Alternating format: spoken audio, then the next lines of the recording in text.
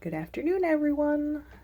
It is the Wednesday before Thanksgiving, and I'm trying to wrap everything up for school, for my placement, for, general life stuff, so that hopefully when I leave for Campsgiving, yeah, I know I'm camping over Thanksgiving. It's a horrible idea.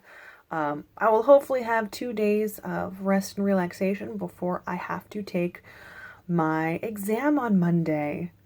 A little nervous about that, even though I'm acing all of the, practice tests. But of course, no matter how good you do in the practice tests, you're always going to be a little nervous. So hopefully next week I will have some very good news.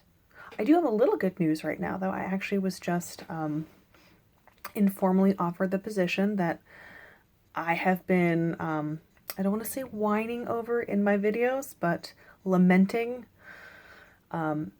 So I won't name the organization because I did watch the video. I'm not going to be giving anything away, but hopefully you were looking at the new regional social worker for the tri-state area. Yay! What I wanted to talk about today was actually a fairly unique situation. It doesn't seem like it would be, but I had 3 cases this week, veterans with PTSD and intermittent explosive disorder. Now, that combination does seem like a no-brainer. Like, oh yeah, PTSD does come with some anger issues. However, that's actually not a diagnosis that we see very often, and to have 3 in 1 week, let alone 1 in 1 week, was kind of a bit of an anomaly. The conversations all went very well for me. However, they did not go as well for some of my coworkers. Now, part of that is because I was working with them as an intakes worker. I do work.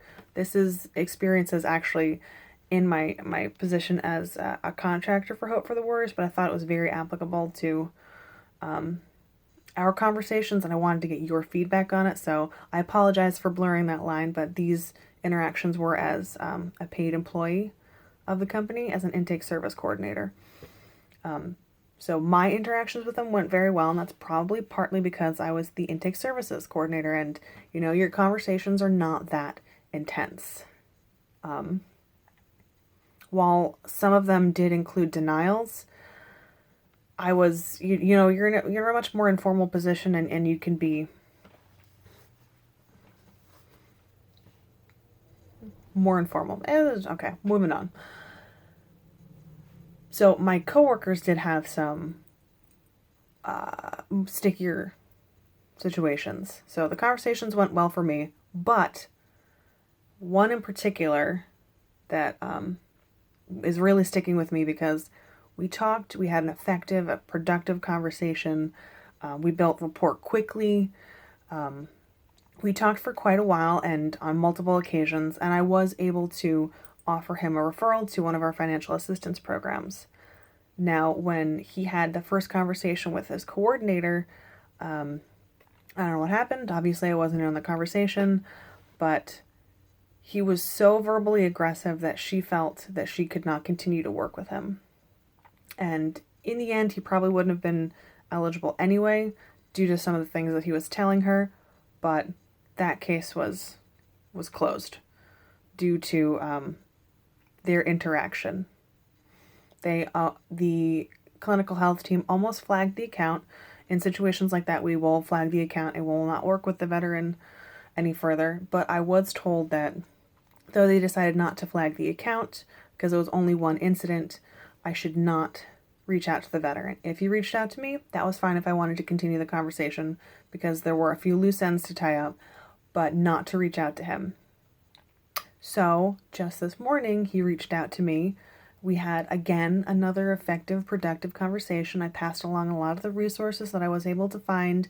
We continued some of the conversations that we had started last week and the week before.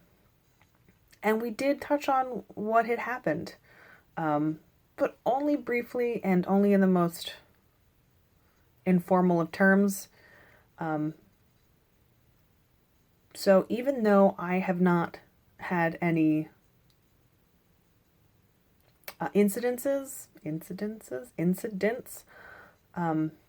with this combination, PTSD and intermittent explosive disorder, I was a little bit on edge all week, thinking that, one of these clients, things were going to go south really quickly. Not that I'm no stranger to anger. Having an angry reaction, I do have to give denials on a daily basis, but something about these clients made me more nervous than usual. Maybe it was because I didn't feel like I could deal with their anger in the same way that I would, because it is, it is a disorder. Maybe, okay, just came to that realization. Maybe that's why they made the possibility of incidents made me more nervous, because I didn't know how to deal with that kind of explosive anger.